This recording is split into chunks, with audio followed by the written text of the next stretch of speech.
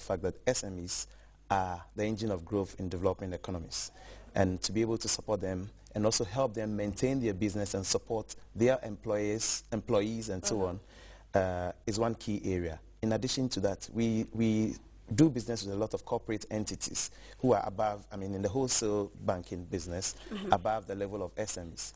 Now, most of those companies or corporate entities help deliver significant development to economies. For example, in the agribusiness sector, and then in the oil and energy sector, for example, in the Gambia. Unfortunately, I am not in a position to mention names because for the business of banking, we need, in order not to breach confidentiality policy, you cannot start mentioning names and saying company A, company B. Yeah. But that's the kind of support we're giving in the economic vein.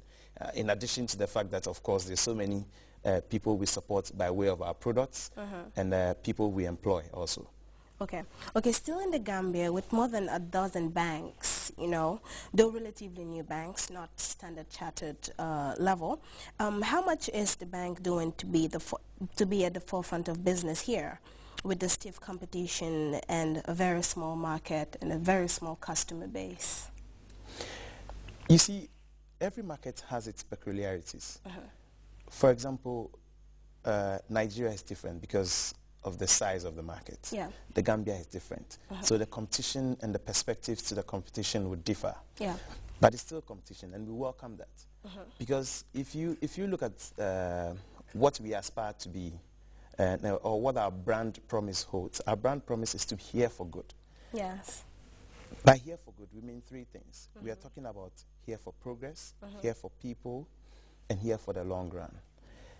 If you look at the Gambia, if we have the competition, because of the challenges the competition would pose for us, we will continue to sharpen our game and make sure we deliver far better than we continue to do.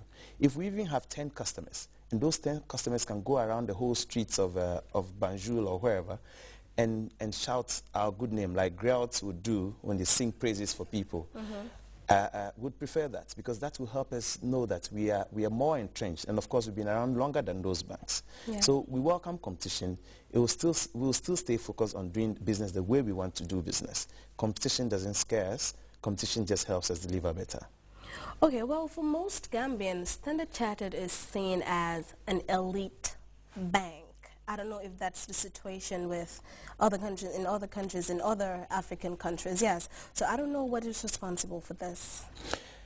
I do not want to be an apologist for the bank, and I also do not want to start trying to understand why people would see us as an elite bank.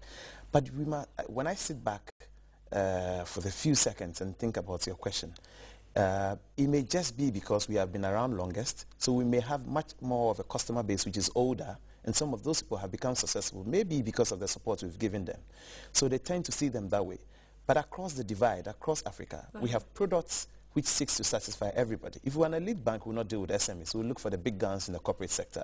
If we're an elite bank, we'll not bank students. No, but still, a lot of low-income earners in the Gambia, I'm sure, wouldn't want to. They're not even banking with Standard Chartered Have they tried? Well, I wouldn't know. So why do you think? Because they already have that mindset in them.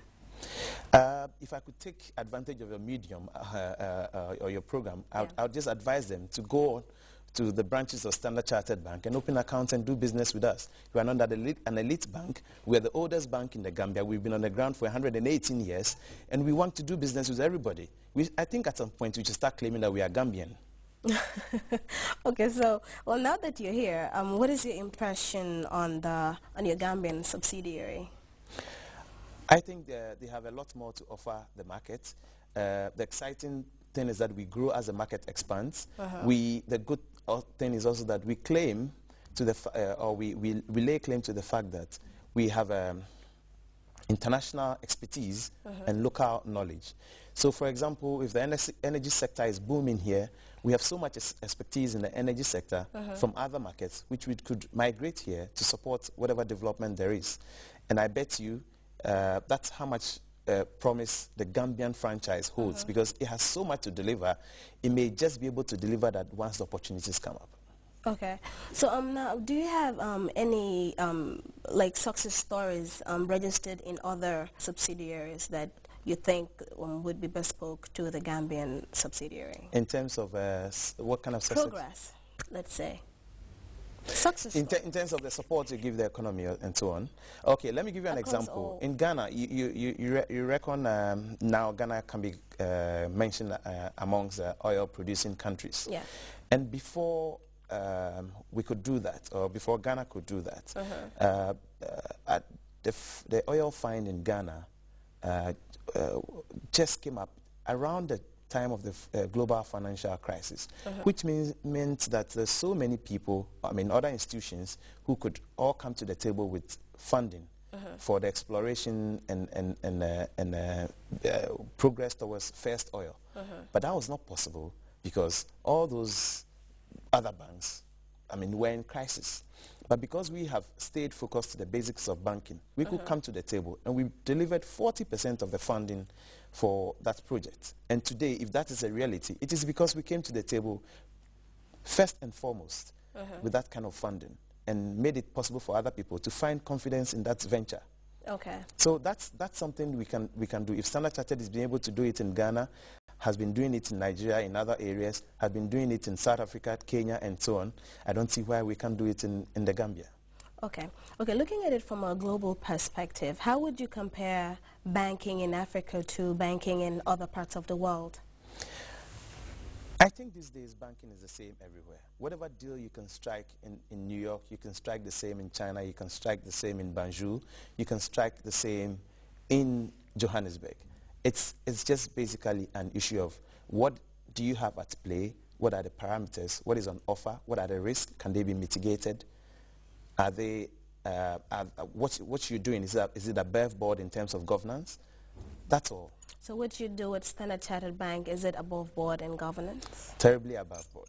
In the Gambia or I'm everywhere, to the point that sometimes we think we like processes too much, but we manage that because we just want to ensure that we are always out of trouble.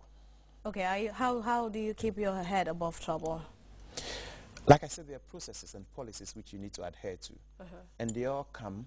We have an organizational or risk structure which ensure that whatever we do is aligned with certain processes that have been set in, or put in place, and staff are enjoined to adhere to those processes.